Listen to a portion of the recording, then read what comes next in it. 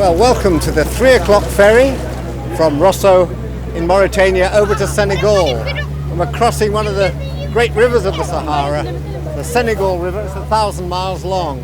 But it's not just a border between Mauritania, which we've just left, and Senegal, on which we're about to set foot.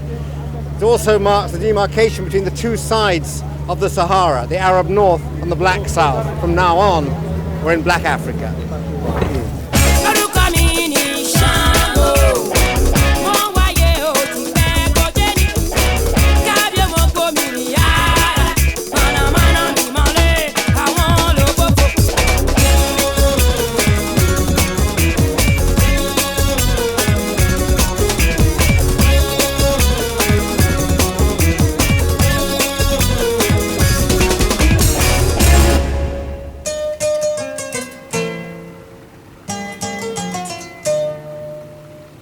Just before it reaches the Atlantic Ocean, the Senegal River swells into a wide estuary.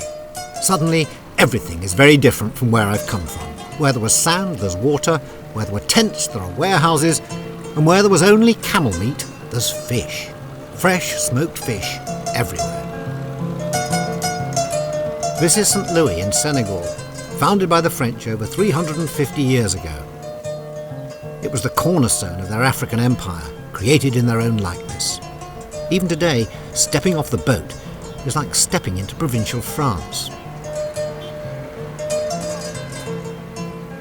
It's amazing how little we know about other countries' heroes. In the 1920s and 30s, the French were absolutely captivated by the exploits of the daring young pilots who used to fly enormous distances, solo, by day and night, to bring the mail from France to West Africa and on to South America.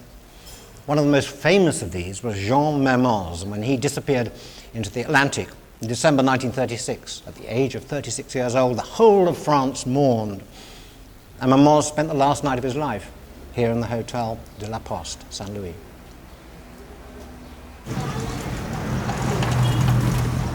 Senegal has been independent since 1960, but seems to be in no hurry to shake off the French connection. Le Monde.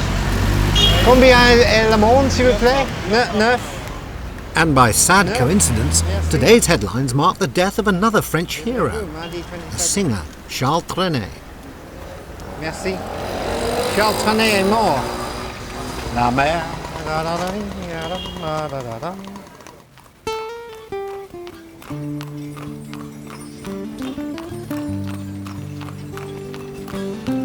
There's no shortage of guides to show you around the town, but a pony and trap can quickly become a pony and tourist trap, and I want to look beyond the colonial picturesque for a glimpse of what life is like in modern Senegal.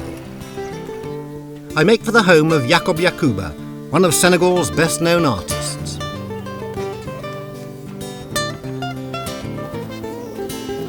Jacob's particular genre is the lightly clad female, preferably quite young. His greatest inspiration is his glamorous wife, Marie-Madeleine, an actress and the star of Senegal's most popular TV soap. Over a communal platter of fish balls in a spicy stew, I ask her about her role. À la télévision, Oui. on traite un petit peu d'un problème, on a pris comme prétexte un problème religieux qui s'appelle, a religious problem discussed in the voilà, qui s'appelle Bara Saoudi. in the soap opera, the great sort of Senegalese EastEnders, which Marie-Madeleine is the star. I think she marries a man and then he has an affair and then divorces her, and then it happens that she wants to remarry him, and she remarries him 3 times, I think, and that's the maximum you're allowed to divorce and remarry. So after that, I think she wants to stay with the man. The man asks her if she will marry his best friend. It's something like that, anyway. Après moi, j'ai dit non. Même si l'islam me demande d'être une femme soumise. Yeah, a submissive wife. Oui, tu dis rien, tu dis oui. Alors moi, je me suis révoltée. So, Marie-Madeleine, you are a liberated woman in the pour la télévision. Femme libérée. Une femme libérée. Oui.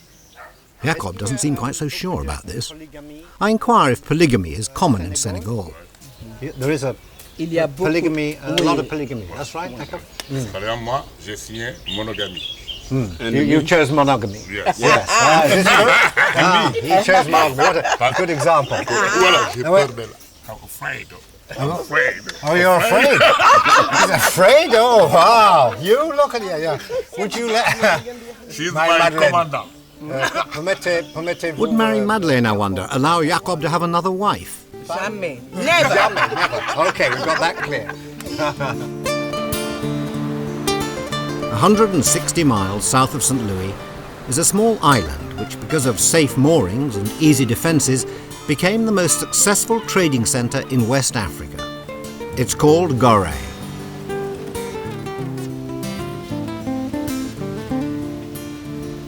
Gorée is still prosperous and attractive, but its beauty conceals an ugly past.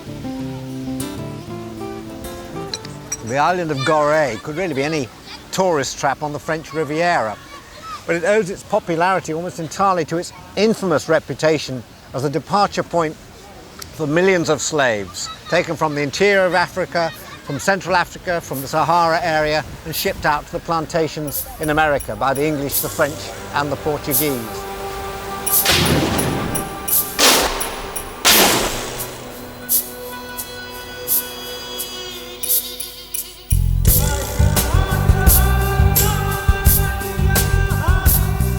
No one knows exactly how many slaves the Europeans bought from African traders and shipped out of Gorée. But here in the grounds of the old governor's mansion, they're rehearsing a dance which commemorates the sufferings of many millions.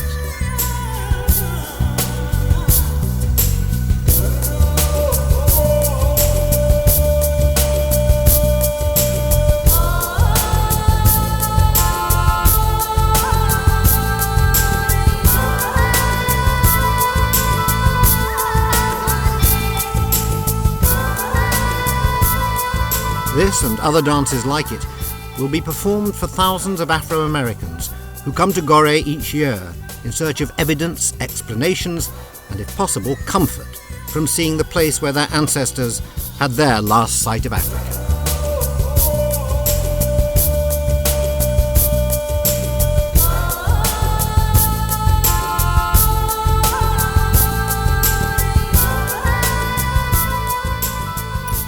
For me, it's time to turn away from the sea and back into Africa.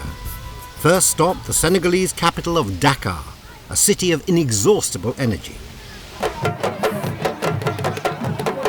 Wrestling is the most popular sport in Senegal, and tonight a crowd hails the Pan-African champion, Morph Adden.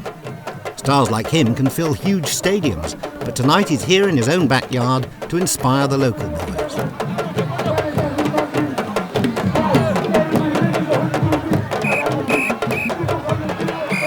I catch up with the great man and some sheep in the courtyard of his home. Yes, he says he makes money from wrestling, but he spends most of it on his entourage. Shepherds, probably. Outside, the champions of the future are giving it their all. As Morph explains, you need only get your opponent's shoulders on the ground. So a bout can last anything from 5 seconds to maybe 7.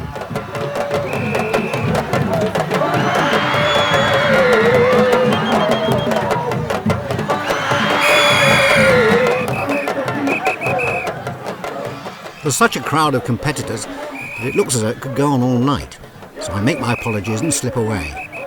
Easier said than done.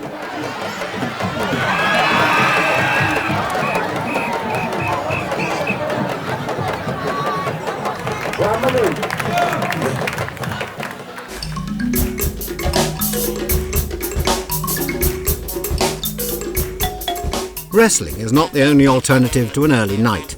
Dakar has a booming music scene, and at a new jazz club that's opened beside the fish market, the band includes not only locals but also an American expat, Tom Val.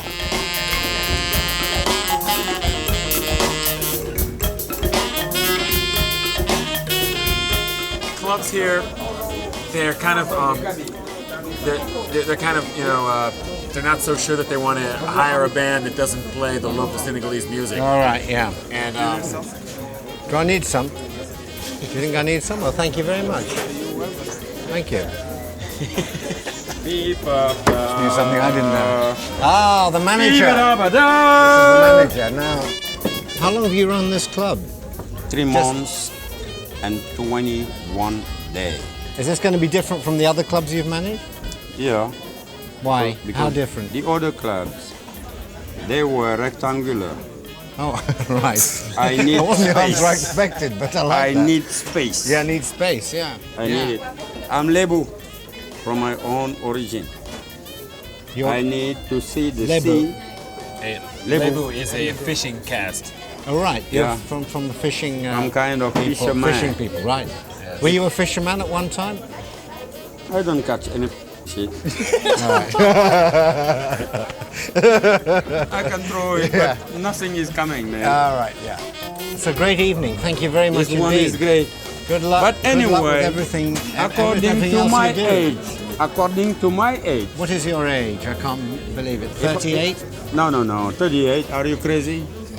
Yes, I'm crazy. I'm 60 years old, man. 60. 60 years old. Oh. Just about my age, really. No. I'm older than you. You're very well preserved. He's 60 I'm going on Very good. older than You're in you. good shape. Why do you stay in shape? Yes, well, I try to. but- No, you cannot say it. Okay, all right. You don't say it. No, I'm I sure. won't say it, no. Certainly not. That's it. Anyway, every single night he gets some exercise.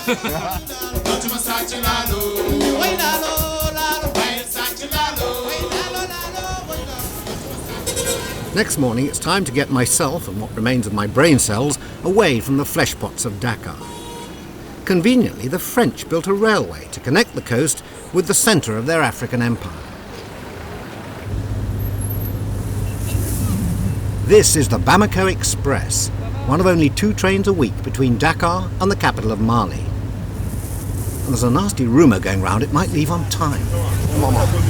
Having followed the desert to its western limits on the Atlantic and tasted the forbidden delights of the big city life in Dakar, we've now got to explore the desert to the east through the city that I think is more synonymous with the Sahara than any other, the city of Timbuktu. The roads are lousy, so we're going to take the train to Bamako in Mali. It's about 36 hours, a mere 36 hours, if it's on time.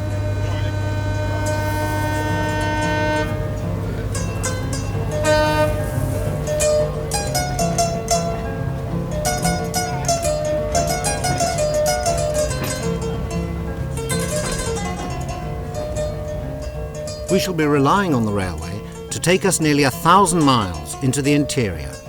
And after that, the steam ferry service to carry us up the Niger River to our destination, Timbuktu.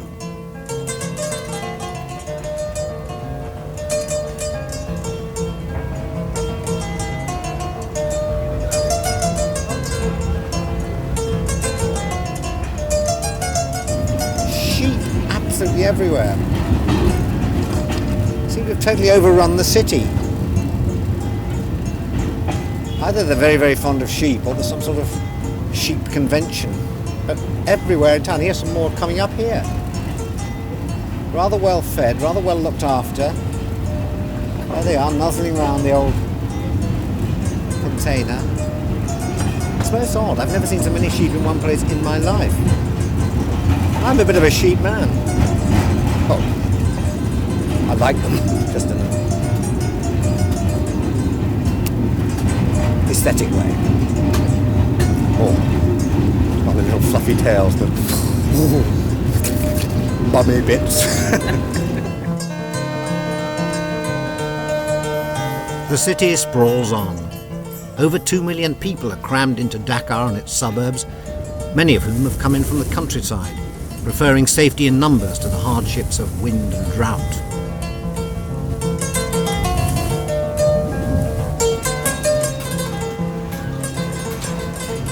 This is amazing. It's the most extraordinary shopping mall in the world. It runs for about a mile beside the train here, and everything is here. You've got production over there, people actually making the things. Wholesale and retail down here. It's like a huge department store. You've got handbags, ladies' underwear, food hall. Oh, look, fantastic.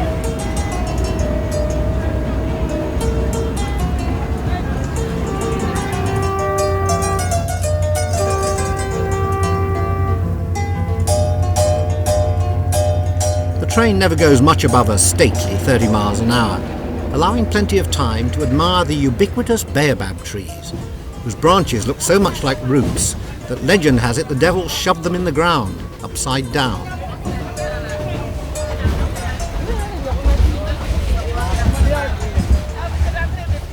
The train is packed, largely it seems with women, all decked out in striking West African style.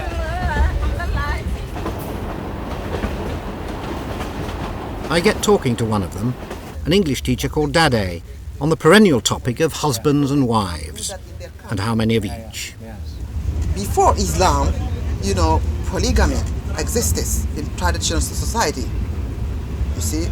And they said that, okay, a man can, marry up to 4 wives so that they can work on the fields, they can help each other. That was the idea, you see. And then later on, Islam entered Africa. And men said that, okay, the Quran said that since we are Muslim, we can marry up to 4 wives. What do you think of this? Do you approve of that? Let me tell you something. I am against that. I thought you might be. I am against that. Well, that's my opinion. I am against it, and I know why. Why? Let's say, first of all, I'm jealous. Of the other wives? I don't want to share my husband. And then second, in every polygamist house, there is always trouble. Because co-wives, are jealous. Sometimes they finish before the judge. And every day, either in Senegal or in Mali. Because most of the time, the husband, he got, one house. And all the 4 wives, they live, in the same house. And, you can't imagine that. Sometimes, one of the wives can go to the marabout and try to do some juju, The marabout is what sort well, of he's person? a kind of priest, You go to see them. He's a seer. He can see, he can predict the future, and also he can do, make some juju. Sometimes every wife would like, the man to love her better. And they put some, powder in the food or in the water, things like that. Or sometimes, when one of the wife is sick, for example, she's gonna say, okay, that's my co-wife. She's a witch. Superstition, juju and black magic remain powerful forces out here.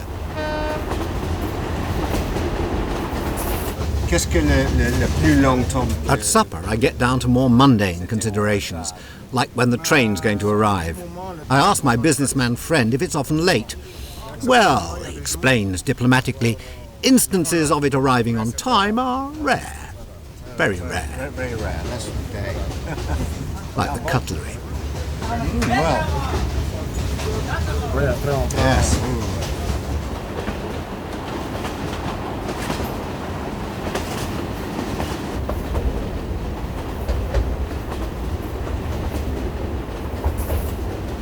Early next morning, we cross the border into Mali. Borders aren't taken that seriously here. The main tribal groups are spread across several countries. But the landscape is different. Flat Senegal gives way to the rocky escarpments of Mali. The heat builds, making concentration difficult. Time drags on, and as we climb, we seem to be going slower than ever.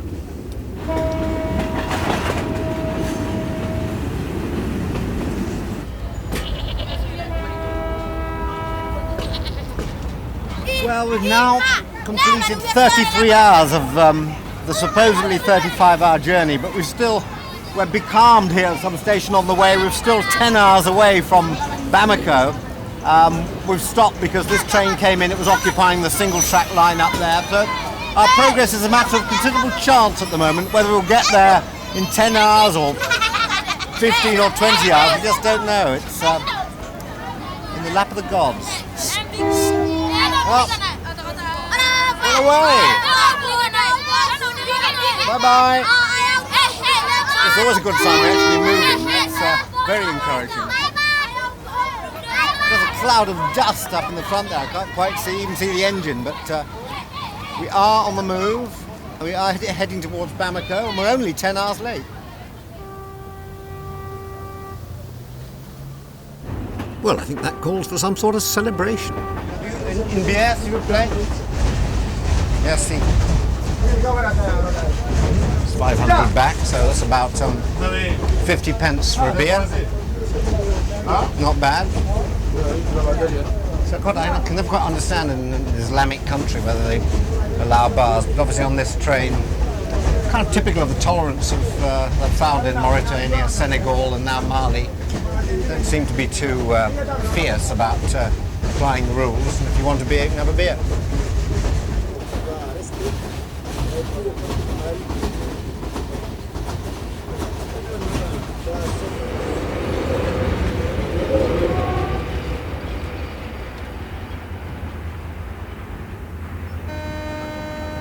After a second, unscheduled night on the train, during which water and most other supplies fail, we finally pull into Bamako just before dawn. I love travel. I love the promise of new places and new faces, but I must admit that on Bamako station this morning, my mask of optimism is as travel-worn as everything else. Well, the only good thing about this moment is we actually got to Bamako. It's something like 5 in the morning, and I feel dazed and confused, and there's still a lot of people here to help me. Yeah. Yeah. Yes. We'll go au revoir. Where you come from? Oh, I don't know. I've not a clue. You don't know what it is.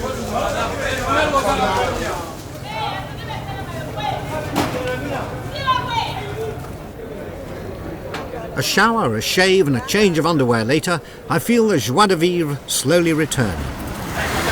Which is just as well, as the streets of Bamako are not for the faint-hearted.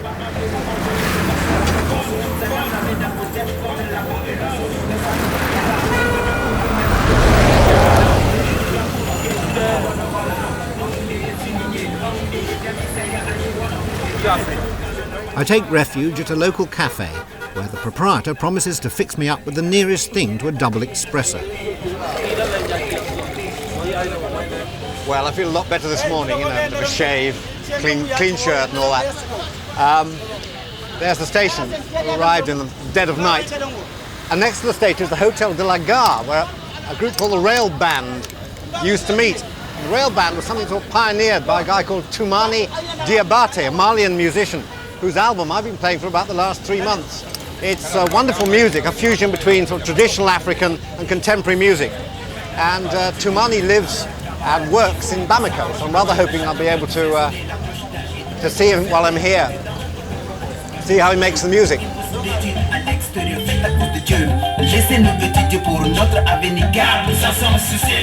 Toumani is not just a musician, he's also a producer, and that evening I track him down to the club where he's watching his new rap act.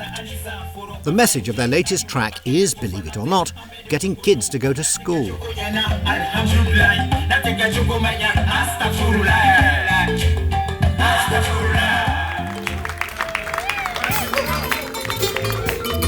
Later in the evening, Toumani takes to the stage with his own band.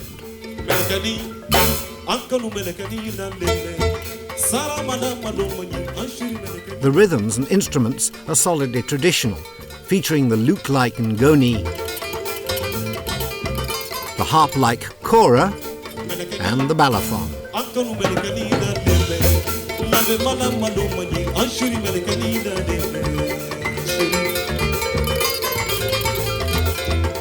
Music like this has put Mali on the world map. And what's more, it's enabled Toumani to show me around his home city in some style. Outside. Yeah. On the way to his home, he passed the great mosque in the city centre. Then in the market, a fetish stall full of shrunken animal heads shows that Islam still has to coexist with voodoo. But the great treat of the day for me is a masterclass with the man himself. When did you start mixing the kora, the traditional instrument, with the more contemporary instruments like the guitar? First of all, is to start with traditional song, and from there I was listening to James Brown's music, to Otis Redding's, to Jimi Hendrix, to to Johnny Hallyday also, Salif Keita. And so I said, oh, well, the Kora must be, I have to open it a door, new door for the Kora, a universal door for the Kora. Did your father approve of that?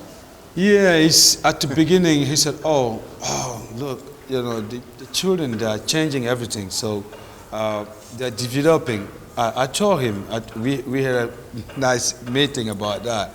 Said, oh, look, I'm not changing the Kora, I'm just developing the Kora.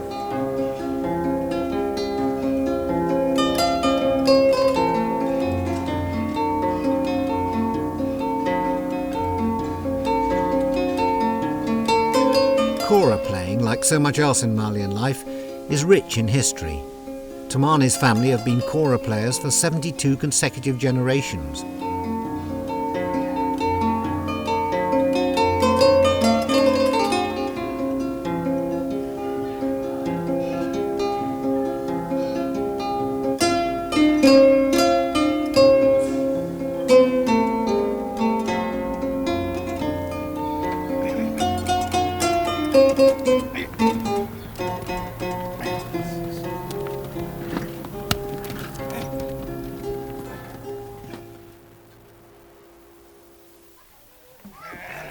Miles from Bamako lives one of the most extraordinary tribes in Africa.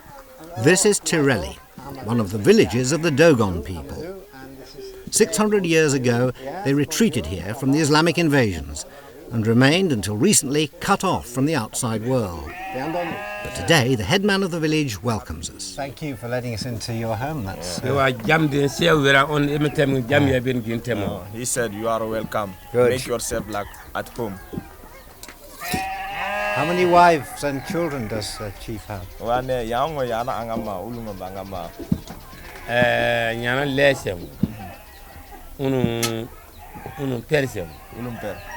Two wives and 10 children. Wow, that's a handful. The Dogon culture looks as if it's something that hasn't changed for many centuries. Is it changing fast now that the outside world is taking an interest? Amadou, my Dogon guide, translates for the village chief. Because we were cut off from the world for so long, we developed our own way of looking at the universe.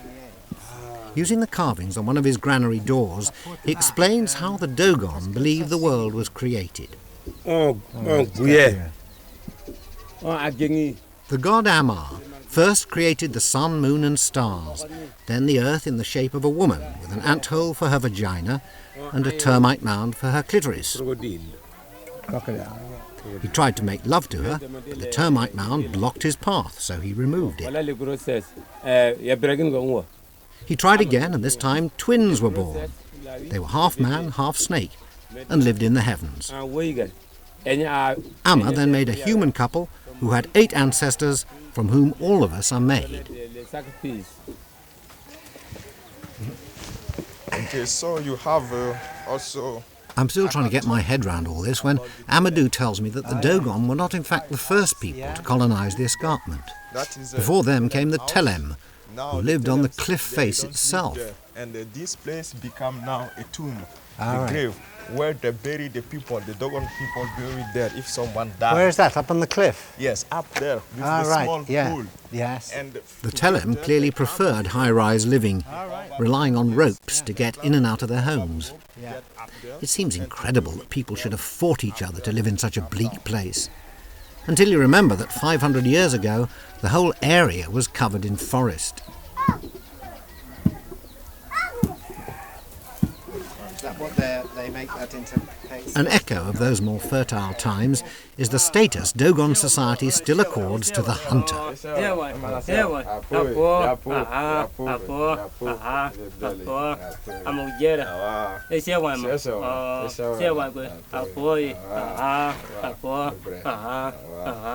That's terrific. This is the greeting. You go through the entire family. It's yes, about 12 this is times. a greeting. Really, that's a great one. That. And we have to Just give say, and to ask everyone one by one. Since go to ask also, someone of them ask, how are your donkey?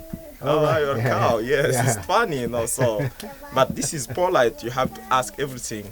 If you didn't ask, Well, you it's tell not him that very- I don't know any Dogon at the moment, so I just say Sahara. What do they hunt here? There don't seem to be. a Oh, lot of here animals out there. he hunting monkeys, wild rat, and dog. And do you eat much meat here? Oh yes. When they're hunting, when they kill animals, they eat a lot of meat. What? Sometimes if they didn't find animals, they kill themselves sheep or goat. Yeah. A rat? Do they have a bit of rat Yes. tart every now and then? Yes, they found also sometimes a rat on the rocks. The rat that they hunting after there on the rocks. Oh, yeah. And the monkeys and the dog, the antelope. Oh, does he shoot them or does he? Yeah, this Oh, is wow. something what he had to that's a bit of kill monkeys. monkey that's seen yes. better days. Yes. On top better. Ooh. Right. This is a monkey's head. Yes, absolutely. Can you show me? Okay, watawa ne bugo kundanta. Okay. I see. That's gunpowder made here. Yes, made here. Yeah. Local gunpowder. Yeah. Yes. What is it? The makes I think this is a local gunpowder. Oh yeah. Oh wow. So here we go. Where's he? Yes. Well away from them. Oh. Oh, it's okay. Aye. What Emily tell now? When you turn that, that give door, give that door. Give on that door. The monkey's possibly cheering up. Give that door on top. Dome. Dome. When you turn that.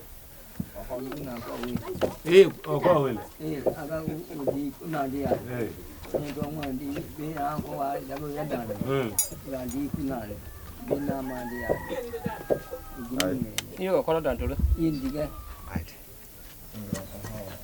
Here we go again.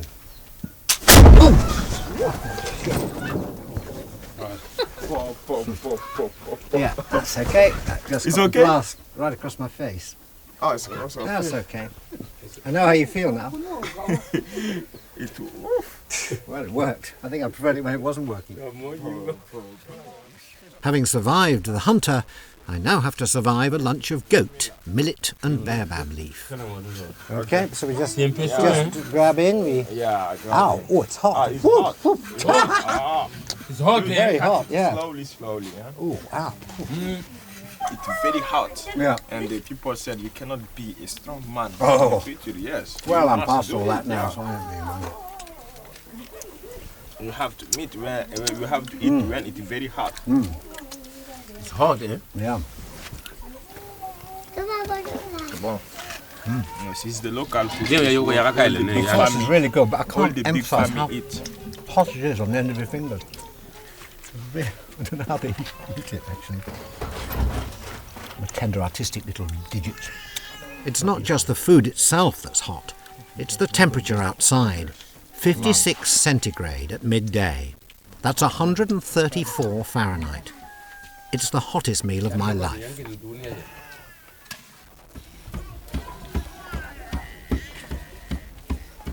The straw-capped granaries that dot the village contain the millet on which Dogon diet depends. But equally important to their way of life are weapons, door latches and assorted ironmongery produced by the blacksmith, with the help of his 7-year-old daughter.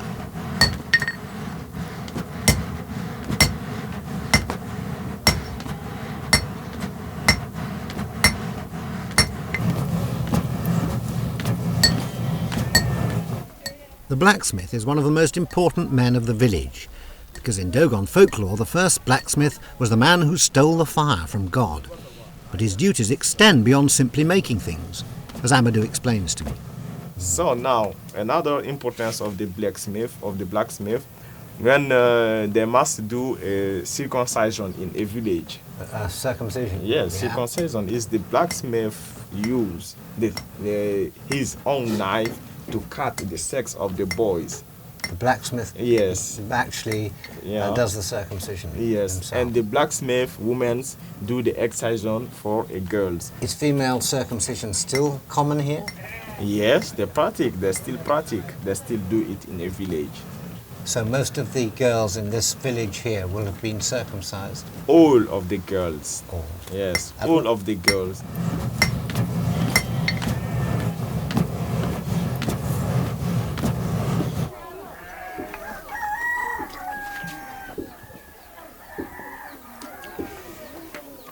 So, the termite mound and the ants below. I'm not the first one to try and make some sense of all this. There's a joke that runs, how many are there in a Dogon family? 5. 2 parents, 2 children, and 1 French anthropologist.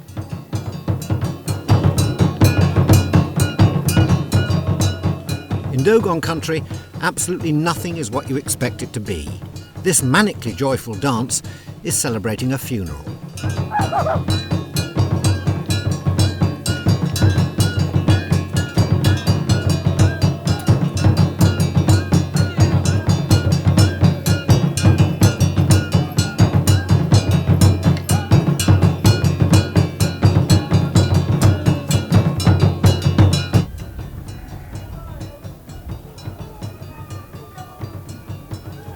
I know it's an old cliche to say that you found somewhere that is quite different from the rest of the world, but in this village of Tureli here in Dogon country, it's absolutely true.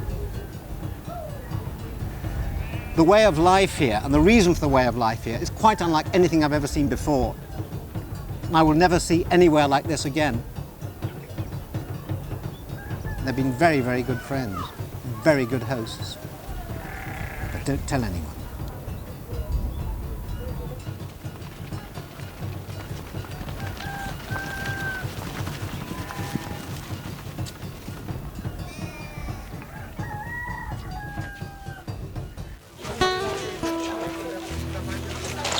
The ancient town of Djenné, circled by the waters of the Bani River, is our next stop on the road to Timbuktu. I've hired a mobilette to drive myself around what many consider to be the most beautiful of all the cities of the Sahara. The mosque at Djenné is an architectural marvel, the largest mud-built structure in the world. The streets are fine examples of mud as an art form, graceful and stylish, qualities which in Mali are not confined to the buildings.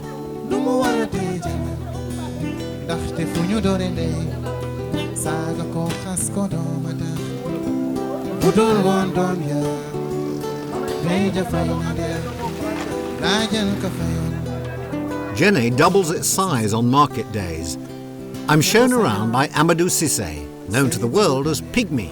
What tribe or people are you from? I'm Fulani, I'm half Fulani. You're Fulani? Yeah. All right, half Fulani. What's the other half? My father, the other half, Yeah. Sonrai. Sonrai. Yeah. Oh, Sonrai, yes. Sonrai Empire. Yeah. I remember that. Yeah. Whoops. Sorry. No, I'm going to go You know an I'm a awful city in lot. Kamba. You know a lot of ladies, Pygmy, Yeah, don't you? You it's seem to know all normal. the ladies. It's Is my it? city and it's okay. Yeah. I should know the people. Are the women in Mali, they're just more, they're quite friendly and open? They don't mind, they'll come up and say hello, and even though you're a married man? No, it's okay. I know them since Yeah. I was younger. I heard It's my city and everything here. I heard that you met your wife in the market. Is that true? If I met, I met her on the market. Yeah. And if you want, for the first time, she's Fulani. And She's she was- Fulani, and yeah. you're Fulani. Yes, I'm too, Fulani, but for me it wasn't necessary to be Fulani or not. Yeah, For okay. me only, she was very nice for me. Then every time when I come, she bring milk because she sell milk. Yeah. And for me, every time when she come, I see Yeah. her. She was pretty and young, nice. Yeah. And for me, I was always happy to be with her. Yeah. You see, and because first I was only buy milk. I was like her You just client. came along to buy milk. You were a customer. You were a punter, exactly. Yeah. You were And getting a now- pint of milk, and you fell in love. What is special about Fulani women? What makes them so distinctive? Can you tell a Fulani woman here in the crowd? Yeah. Example, she's a Fulani woman. She's a Fulani girl. Why? She's the cousin of my wife. Oh, you can right. see She's during the cousin of your wife. She just happened to find her here. You see around her mouth. Yes. You see? That's Yes. like a tattooage. All right. And you have that's a family Oh. sign on her face. You Yeah. see? Ah, those marks there. Yeah. And Selina, jam tam. Yeah. What is that? And the lovely ears. Oh, family problems. Yeah, it's family Family problem. problems. Okay, we don't need to know that. I feel that Pygmy is the man to enlighten me on a question that's been on my mind ever since we left Dakar. Sheep. And there are sheep everywhere. I've seen them all my way through Mali. Yeah. What's it about? What's the reason? If you want, now it will be like a Tabaski fast. Tabaski is a major Islamic festival in which the head of the household is required to sacrifice a sheep. It commemorates the time when God spared Isaac, the son of Abraham, an event common to Muslim, Jew and Christian. And are they all male sheep who Yeah. are killed? Only males? Yeah. The sheep are obliged to be complete. Oh yeah, but they have to be men. Yeah, I mean, men, males, not men, females. not females. Yeah, because Obliged of to the, be the men. story. Yeah. And Men's complete very meaning good. what? Complete? Complete, not with one eyes or one leg, something like that. Pygmies left it a bit late, and like turkeys on the day before Christmas, it's becoming a seller's market. Wala misodo me bon hono foti ko kataka. What's the problem there?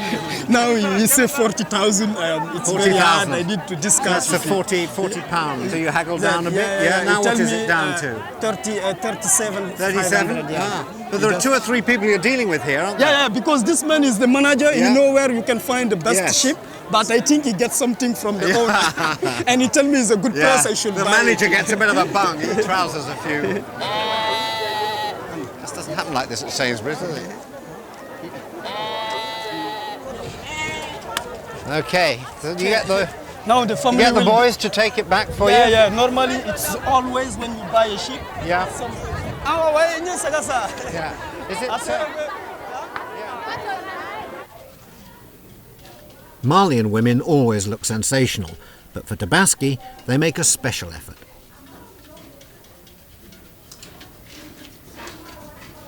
At Pygmy's house, the wife he met over milkshakes in the market is having her feet hennaed by an older woman who suggests there was more to the relationship than simply buying milk. I think there's another side to this story which is much more interesting. You see what she said? What she said? Maybe I will tell you that. All right, you can tell She me. said if you fell in love to a girl and you try one time with her and it's nice, Yeah. you can't leave her alone. You will follow her everywhere. She says right. the same thing, but it's Yeah. not true.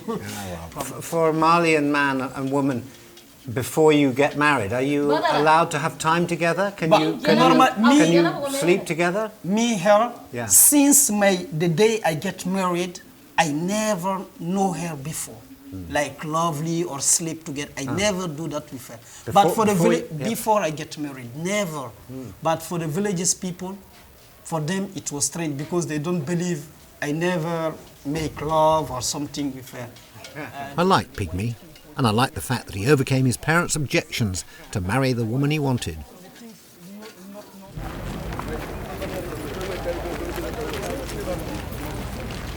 On Tabaski morning, the mosque isn't big enough for everyone, and they gather to worship on open ground at the edge of town. Oh, what actually happens now at this ceremony? If you want, normally, today we will pray during the daytime. Yeah. But normally we pray after lunch and in the afternoon. Yeah. But now because it's like a special ceremony, people will pray around between 9 and 10 o'clock because it's something very special for us. You see? Then first is the imam who should make the sacrifice, kill his sheep here in front of all the religious, and after people go home to make the same thing, do them sacrifice.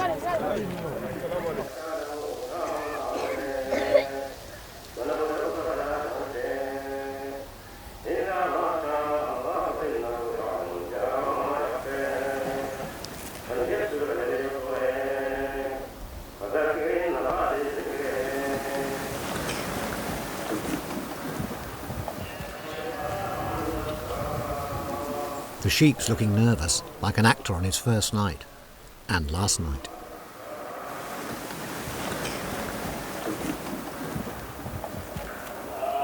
Devotion's done, the sheep is taken to the imam to be slaughtered. Once he's made this first sacrifice, everyone can head home and celebrations can begin.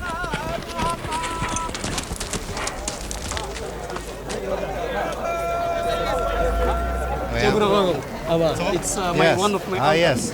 What should I say? Samba, what's the greeting? Sambe sambe. Sambe sambe. Sambe sambe. Yeah. Sambe sambe. It's good. Getting better. It's good, yeah. I know 2 words. Well, 1 word twice. Sambe, sambe. It's good like you do. You do very nice. I know, yes. As we approach his house, I sense that, for the first time, Pygmy's ebullience is beginning to fade as the moment comes for him to do his duty.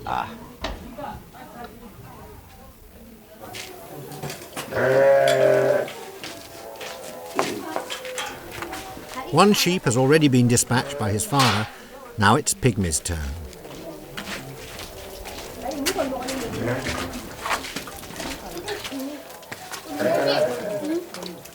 As Auntie looks sternly on, he's instructed in the importance of a swift, humane technique. The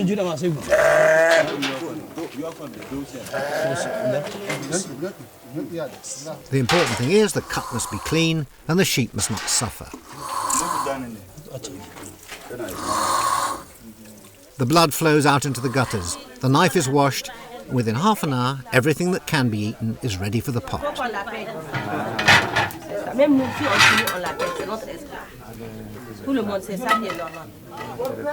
In the finest traditions of African and Muslim hospitality, I'm asked to share the Tabaski feast with them. He's never on time to eat. I don't know why.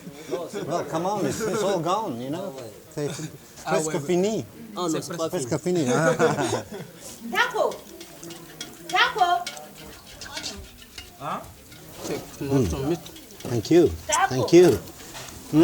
Well, do you say something? You say give thanks? Oh, I mustn't eat it with my left hand. Normally we never eat with the left hand. No, I know. Always I with know, the right. I know, I've made a terrible gap.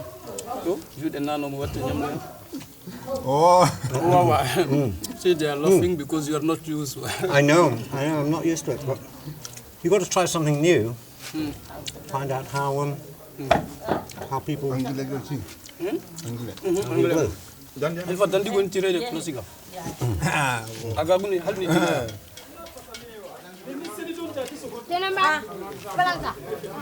Are all bits of the sheep eaten? No. We eat a part of the sheep and then we give it to, you see on the counter there is some poor people. We distribute amongst them. And the young boys of the village, I see they get the testicles of the sheep, don't they? Yeah, that's the good luck. It's to make them clever.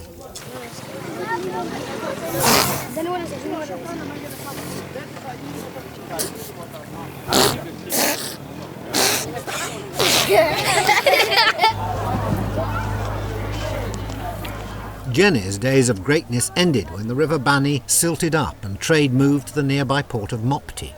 And it's to Mopti that I've come to look for the Timbuktu ferry. The harbour's full of people, but worryingly low on water, leaving raw sewage exposed on the banks. No one but me seems to worry too much. Squalor and beauty coexist quite happily on the Mopti waterfront. I'm relieved to find the Timbuktu ferries are in port, but as I climb aboard, it doesn't exactly look as if they're waiting for the starting gun. When I eventually find one of the pilots, I get rather a shock. Bonjour. Quand est le prochain bateau pour Timbuktu, s'il vous plaît? Juillet. Juillet? Oui. Alors, à juillet, moi, juillet, 3 months. 3 mois? Oui. C'est fini? À ce moment, le bateau Arrêtez. pas marche. Ça marche pas. Pourquoi? J'ai passé assez de l'eau. Ah, pas de l'eau. Not enough water. Fair enough. The river isn't deep enough at this time of year to take these heavy steamboats. I shall just have to look for an alternative. Bonjour. Je cherche pinasse pour Timbuktu. The harbour master at Mopti is sympathetic and appreciates that I can't really hang around here for 3 months. He asks around among the captains of the wood-hulled cargo boats, the pinasse, that ply the river. After some negotiation, he finds one that will take us, the Pagu Manpagu. It leaves tomorrow.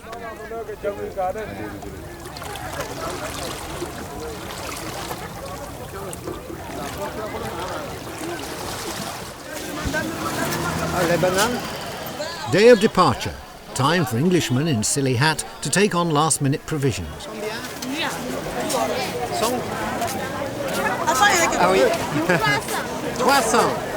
300. 300, c'est très cher, n'est-ce pas? Mais vous êtes très belle. Merci. Merci. Au revoir. Look, we have some bananas. The river's encouragingly busy. Indeed, it looks as if we'll be leaving in the middle of rush hour.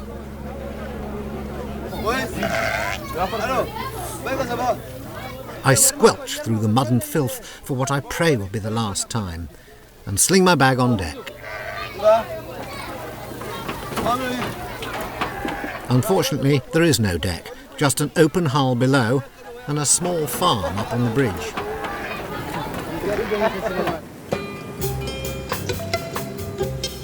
There's no denying the sense of anticipation as we finally get underway. Past my stranded ferry boat and out to join the Sahara's most famous river. Well, I'm now at last on the Niger River, which runs in a great curve from the hills of Guinea right out into the desert and then back into Nigeria. About 200 years ago, no Westerners had really seen it, and suddenly they decided they had to find out about this river and this part of Africa and the great wealth that was carried on the river. And this man, Mungo Park, who left behind his travels into the interior of Africa, was the first Westerner to come and actually see this river in 1796.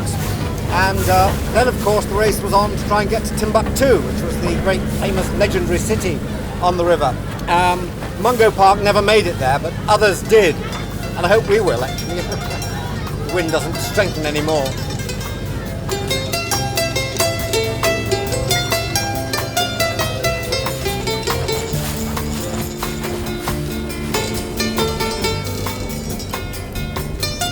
There's no restaurant as such on board, but food is always available from the kitchen, which is, well, just about anywhere.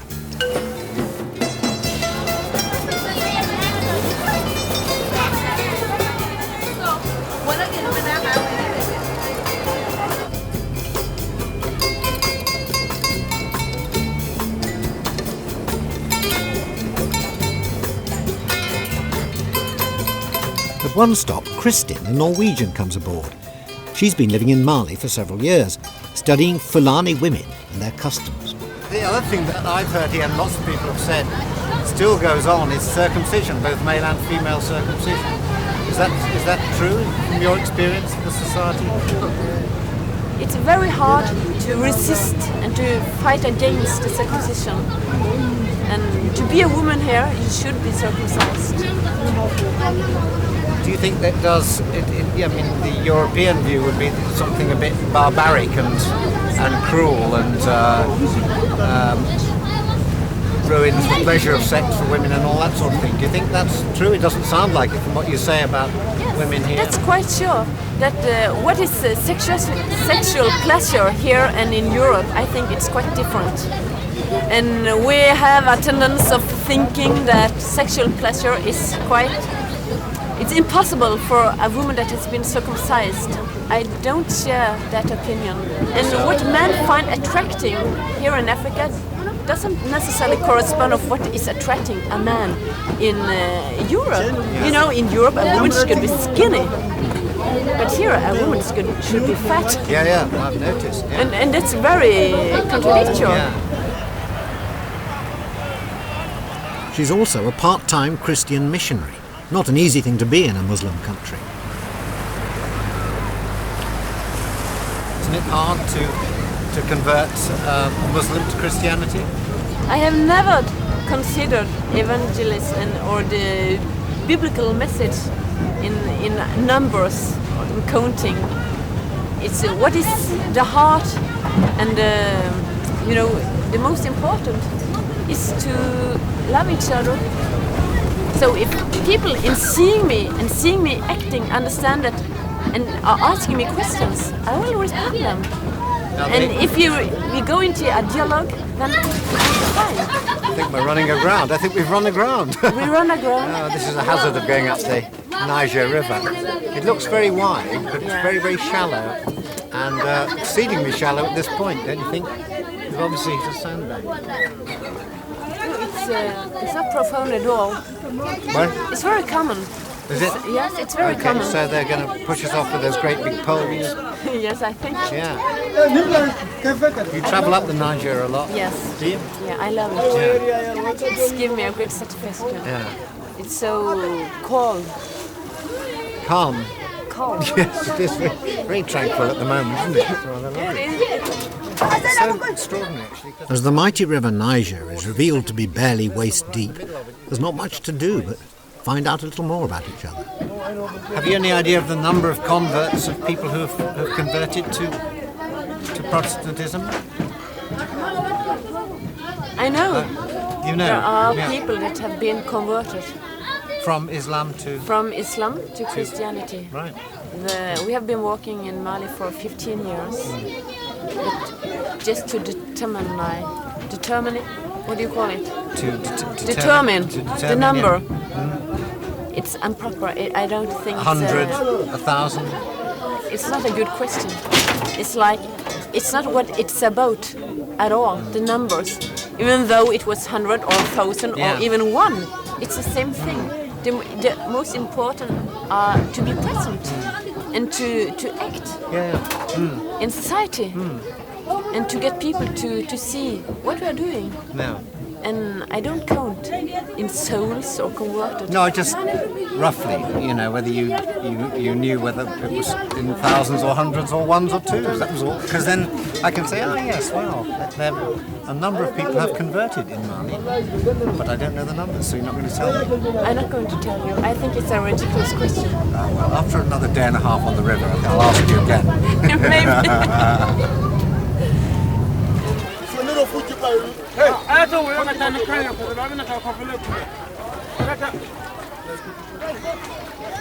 Perhaps not surprisingly, Kristin jumps ship to avoid any further questions and goes ashore on a local fishing boat, which is probably just as well, as there's only one hammock.